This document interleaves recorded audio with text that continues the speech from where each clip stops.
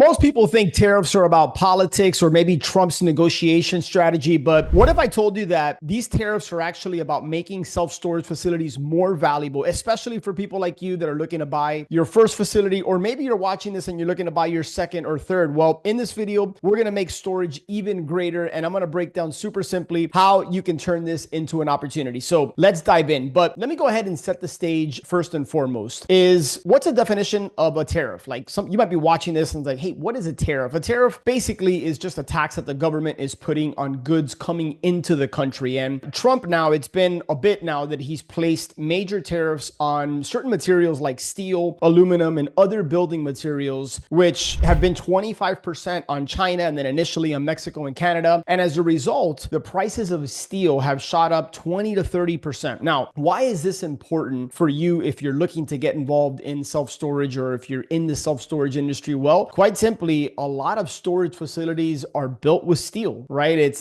We're talking about steel boxes, steel doors. So what I'd like to do now is share with you 5 reasons that Trump's tariffs are going to have an impact on the self-storage industry. And more importantly, what can you do with this information? What can you do with what's going on in the national market, and how can you benefit from this? So number one, construction costs are going up. They've already gone up and they may continue to go up. So if you are looking to get involved in storage, oftentimes I have people come to me and say, hey, Alex, I'm interested in ground up development. I'd like to build and construct a new storage facility. Well, now is the time that I would really think long and hard about whether you want to do that or not, because the fact of the matter is that your costs are going to go up. It might cost you 20 to 30% more to build a storage facility today than it did just 24, 36 months ago. And as a result, developers are starting to slow down or they're canceling projects because it's becoming just too expensive. So less new storage buildings ultimately means less competition for you if you buy an existing facility in the right market. And I want to underline and stress that because it is so important that when you are looking to buy a storage facility, that you are in the right market, a market that is undersupplied with storage. In other words, you want more demand for storage than there is supply. So super, super important that when you are getting into storage, you make sure that you're buying in a market that's undersupplied. And I would encourage you to look for the low-hanging fruit. Look for existing mom and pop storage facilities so you don't even have to mess around with ground up development. And even if you were going to consider ground up development, keep in mind that it is going to take you a minimum of 2, if not closer to 3+ years in order to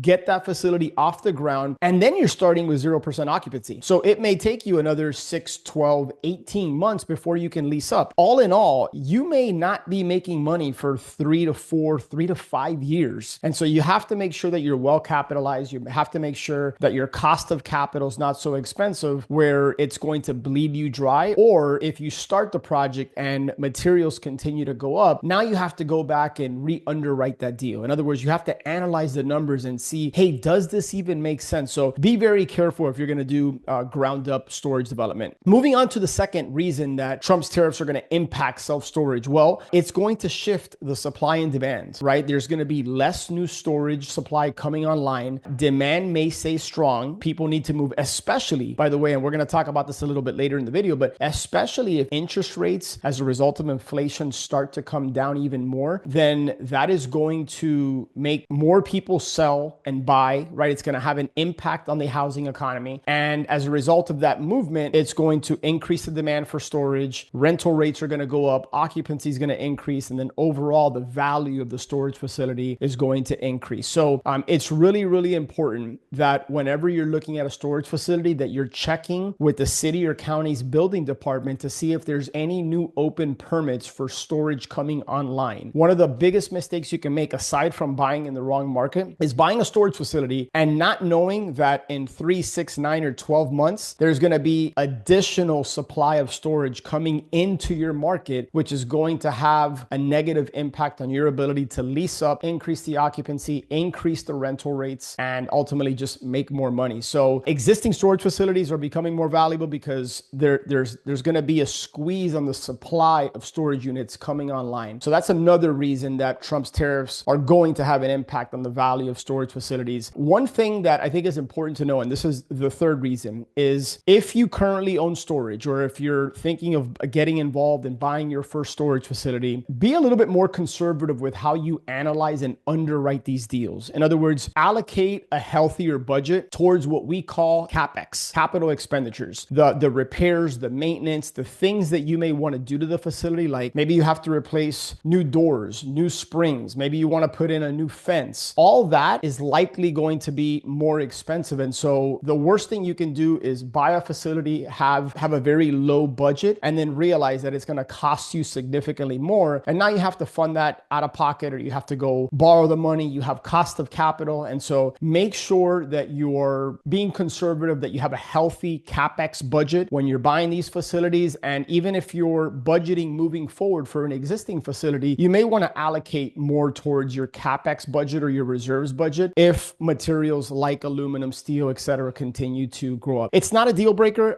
just something that I want you to be aware of. Number 4 is inflation and interest rates are going to continue to make financing these facilities more challenging. It's certainly doable. I mean, we're still doing it today. We just have to look at more opportunities. We have to underwrite and analyze more storage deals in order to get to the right one. So the tariffs are going to continue to have an impact on the inflation. Inflation is going to lead to higher interest rates. Now, eventually that pendulum can swing, right? At some point, they may need to step in and lower interest rates. And if they get to a point where they get to 5.5%, et cetera, then that could have, like I said, a positive impact on the housing economy, which means more trading, more activity, more buying and selling. And then now that I believe that'll have a positive impact on storage overall. So it's super important that you understand creative financing. You have more tools in your tool belt to be able to get deals financed. I'll go ahead and we'll link up one of the videos in the description where I shared with you various ways that you can fund a storage facility without having to use your own money and capital. You know, I often say that one of the biggest limiting beliefs that holds people back from buying their first storage facility is the belief that you need to have hundreds of thousands, if not millions of dollars to go buy these assets. And I can tell you with certainty that that's just not the case. So whether it's seller financing or private money lenders,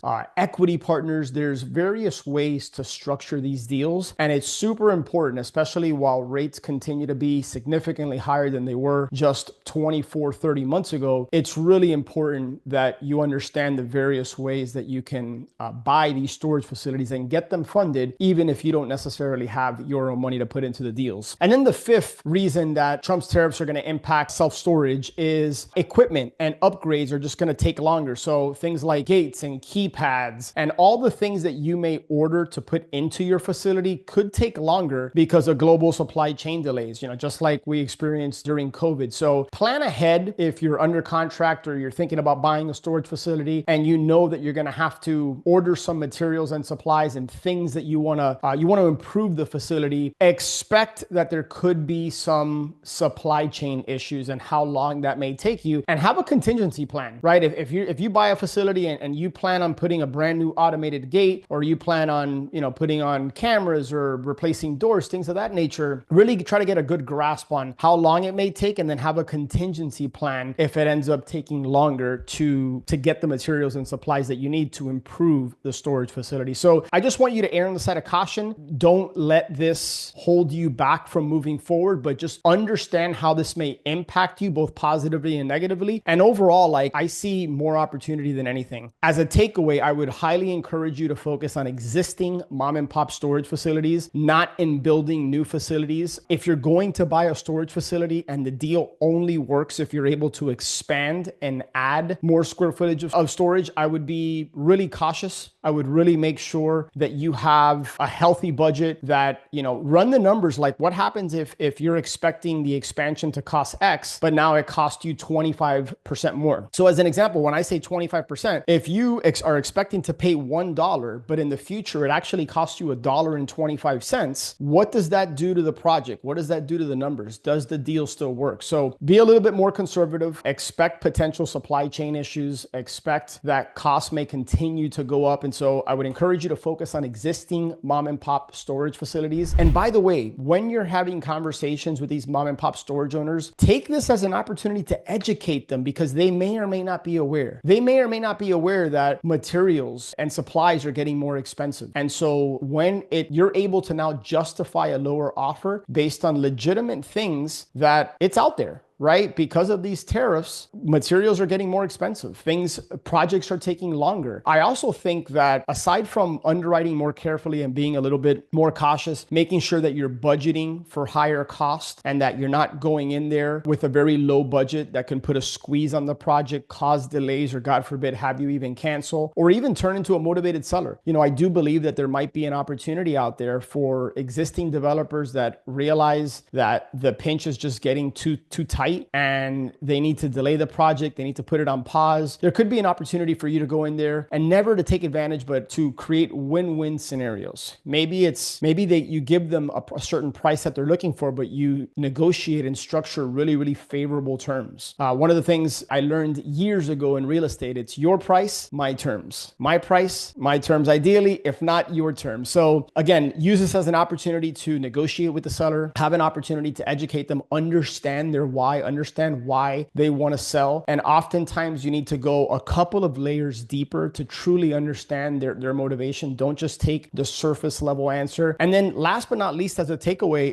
this is an opportunity for you here. So view it as such. But it's super important that you align yourself with people that have been there, done that. Join a community of like-minded people, like Storage Wins. Learn from experienced operators. Surround yourself with people that have a singular goal in mind, which is to buy their first storage facility, and in some cases within our community, their second and even third storage facility. So if you are serious about getting involved in storage and you are intrigued and interested in this asset class because you want to generate more wealth, you want to generate more cash flow, build long-term wealth. Maybe you want to leave a legacy for your family. Maybe you just want to do life on your terms and you're looking to buy your first storage facility within the next 6 to 12 months. Even if you don't have experience, if you don't have any knowledge of this, or you don't have a bunch of cash sitting around, I want to invite you to schedule a call with me where we can have a conversation. I can share with you how we can benefit you, help you buy your first storage facility within the next 6 to 12 months. I'll explain to you how our Storage Wins coaching program works and how we're helping people just like you find their first facility, fund it, and close so that you can increase the value, generate more cash flow, build long-term wealth for yourself and for your family, even in this crazy economy with Trump's tariffs and everything on. So we are making storage even greater. So if you like this video, I think you're definitely going to like this one, and make sure to check this one out as well. So see you on the next one.